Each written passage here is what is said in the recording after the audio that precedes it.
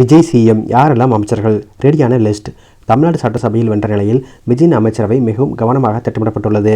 அனுபவம் வாய்ந்த தலைவர்கள் மற்றும் விசுவாசமான நிர்வாகிகள் என கலவையான ஒரு குழுவை விஜய் தேர்வு செய்துள்ளதாக தெரிகிறது. தமிழக அரசியல் வரலாற்றில் இதுவரை கண்டிராத ஒரு மிகப்பெரிய அரசியல் மாற்றம் நிகழ்ந்திருக்கிறது. பல தசாப்தங்களாக நிலை வந்த இருமுனை போட்டியை உடைத்தெறிந்து நடிகர் விஜயின் தமிழக வெற்றிக் கழகம் தமிழகத்தின் அரியணையை கைப்பற்றியுள்ளது. நடந்து முடிந்த சட்டமன்ற தேர்தலில் பலரும் எதிர்பாராத விதமாக 108 தொகுதிகளில் வெற்றி பெற்று தனிப்பெரும் சக்தியாக தாவேக உருவெடுத்துள்ளது. எனினும் அக்கட்சியின் தலைவர் விஜய் தான் போட்டியிட்ட 2 தொகுதிகளிலும் வெற்றி பெற்ற நிலையில் சட்ட விதிகளின்படி ஒரு தொகுதியை ராஜினாமா செய்வார்.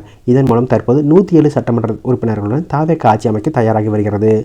மறுபுறம் நீண்ட காலமாக தமிழக அரசியலை தீர்மானித்து வந்த திராவிட முன்னேற்ற கழகம் 73 இடங்களை பெற்று எதிர்க்கட்சி வரிசைக்கு தள்ளப்பட்டுள்ளது.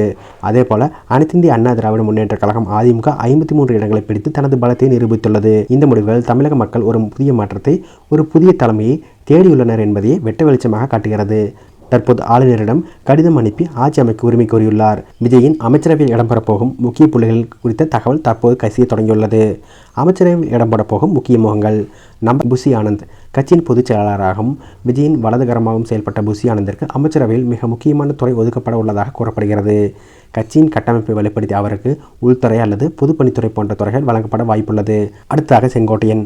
அதிமுகவில் இருந்து விலகி தாவேகவில் இணைந்த அனுபவம் மிக்க மூத்த தலைவரான செங்கோட்டையன் கல்வித்துறை அல்லது வேளாண்மை துறையை கையாளக்கூடும். இவருடைய நீண்டகால அரசியல் அனுபவம் புதிய ஆட்சிக்கு பலம் சேர்க்கும். அடுத்ததாக ஆதவ் அர்ஜுனா. தேர்தல் வியூகங்களை வகுப்பதில் வல்லவரான ஆதவ் அர்ஜுனாவுக்கு தொழில் அல்லது நிதி போன்ற முக்கிய பொறுப்புகள் வழங்கப்படலாம் என்றும் கூறப்படுகிறது. சிடிஆர் நிர்மல்குமார் மற்றும் அருண்ராஜ். தொழில்நுட்பம் மற்றும் ஊடகத்துறைகளில் சிறந்து விளங்கும் இவர்களுக்கு தகவல் தொழில்நுட்பம் அல்லது செய்தி தொடர்பு துறைகள் ஒதுக்கப்பட வாய்ப்புகள் அதிகம். இதை தவிர கட்சியின் ஆரம்ப காலத்திலிருந்து விஜயுடன் பயணித்தவர்களுக்கும் திறமையான இளைஞர்களுக்கும் அமைச்சரவையில் வாய்ப்பு வழங்கப்பட உள்ளது. சத்யபாமா, டாக்டர் பிரபு, மதுரை கல்லணை, நடிகர் ஸ்ரீநாத், ஃபார்வாஸ் தாகிரா, ராஜ்மோகன், ஈசிஆர் சரவணன், விஜய் சரவணன் உள்ளிட்டோரின் பெயர்கள் அமைச்சரவையில் பட்டியலில் அடிபடுகிறது. இதில் மருத்துவம், கல்வி மற்றும் சமூக நலத்துறை போன்ற பொறுப்புகள் இவர்களுக்கு பகிர்ந்தளிக்கப்படலாம். குறிப்பாக கட்சியின் நீண்டகால நண்பராக நடிகர் ஸ்ரீநாத் மற்றும் தகவல் தொழில்நுட்ப பிரிவில் சிறப்பாக செயல்பட்ட ராஜ்மோகன் ஆகியோருக்கு அமைச்சரவை இடம் கிடைக்குமா என்பது பெரும் எதிர்பார்ப்பை ஏற்படுத்தியுள்ளது. சட்டமன்றத்தை வழிநடத்தும் கௌரவமிக்க சபாநாயகர் பதவிக்கு இருவரின் பெயர்கள் பலமாக பரிசீலிக்கப்பட்டு வருகிறது.